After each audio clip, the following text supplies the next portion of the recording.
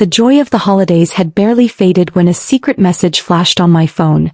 Come back home immediately. Don't tell mom or your brother. I was standing outside our Florida beach house. My mom and my younger brother were sitting by the pool. I looked at the screen again. The message was from our family attorney's number. There was only one more line underneath. This is urgent.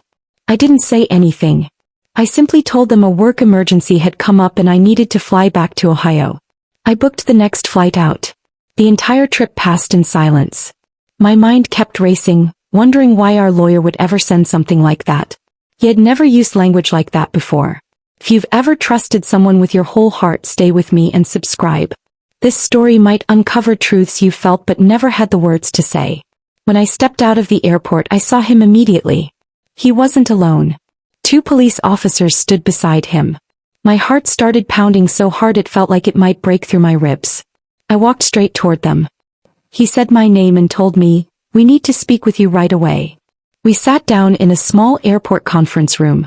My lawyer placed a thick file in front of me. His voice was steady but heavy.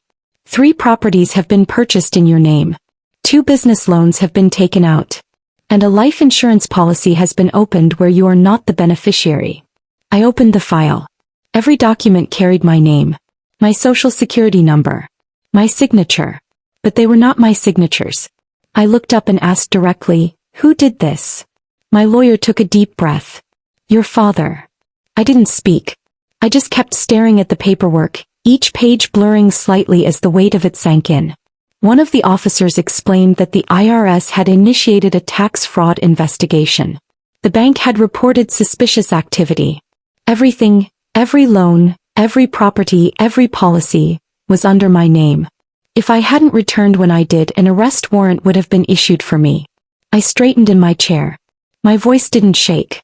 "Where is he?" We drove straight to our suburban home in Ohio. It was an ordinary 2-story house, the kind that blends into every quiet street. A white SUV was parked in the driveway. The front door was unlocked. The TV was on inside. My father stood in the kitchen, pouring himself a cup of coffee.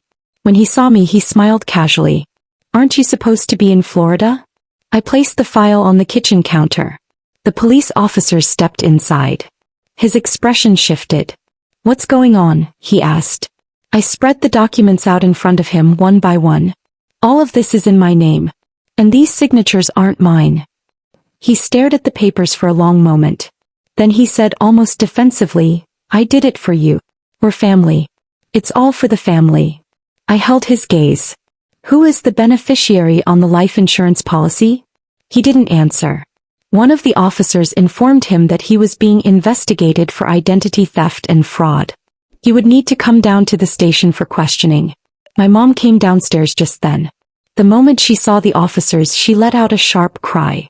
My younger brother froze halfway down the staircase. My mom looked at me, her voice trembling. "Why would you call the police?" "I didn't," I replied. "The bank did. The IRS did."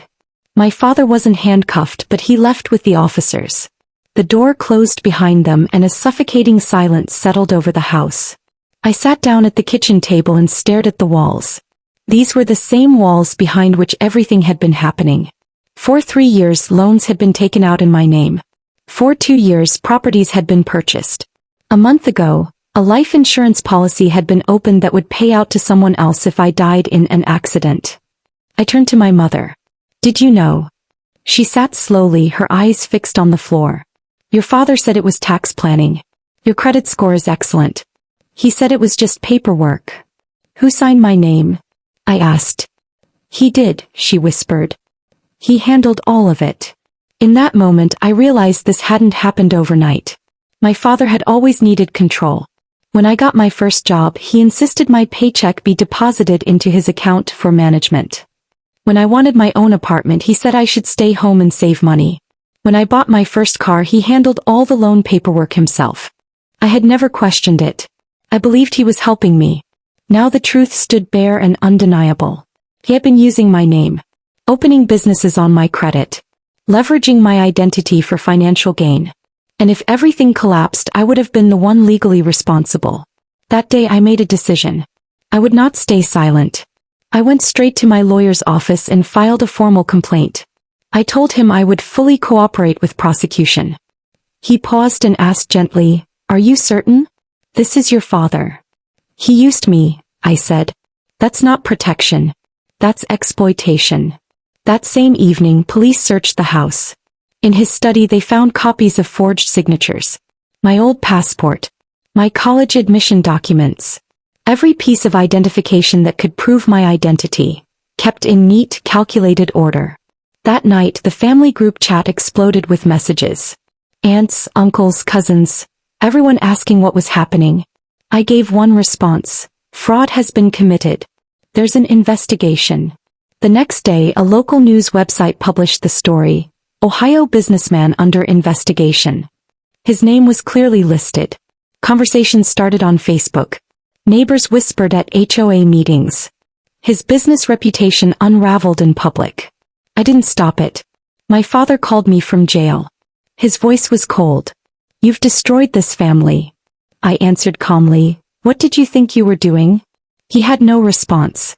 Within weeks the case reached court. The bank records were clear. A handwriting expert confirmed the signatures were forged. The properties were seized. The loans were frozen. My legal team petitioned the court to remove all financial liability from my name, identifying me as the victim. The judge listened carefully to my testimony. I spoke plainly. I explained how I found out. I stated clearly that I had never given permission. I had never signed anything. I told the truth without drama, without theatrics. The verdict came down. My father was sentenced, both prison time and fines. The court ordered my record cleared. Credit bureaus were instructed to remove every fraudulent entry tied to my name. When I returned home and opened the door, the walls were the same. The kitchen was the same. But the silence felt different. My mother asked quietly, "Are you going to leave us?" "I'm not leaving myself," I said. I packed my things. I rented an apartment in a nearby city. I opened my own bank accounts. I changed every password. I handled every document personally. Some relatives said I should have protected the family's reputation. I didn't argue. Reputation without integrity is just an illusion. Respect only exists where trust lives. Today I stand on the balcony of my apartment. I followed the law. I didn't scream or seek revenge. I simply allowed the truth to surface. I am a daughter. I am a sister. I am a woman. But I am not anyone's property. That day at the airport when my lawyer and the police were waiting for me, I believed my world was ending. In reality, it was the beginning of my life on my own terms. The secret that had been hiding behind the walls of my own home now exists in court records. And for the first time, I truly own my name.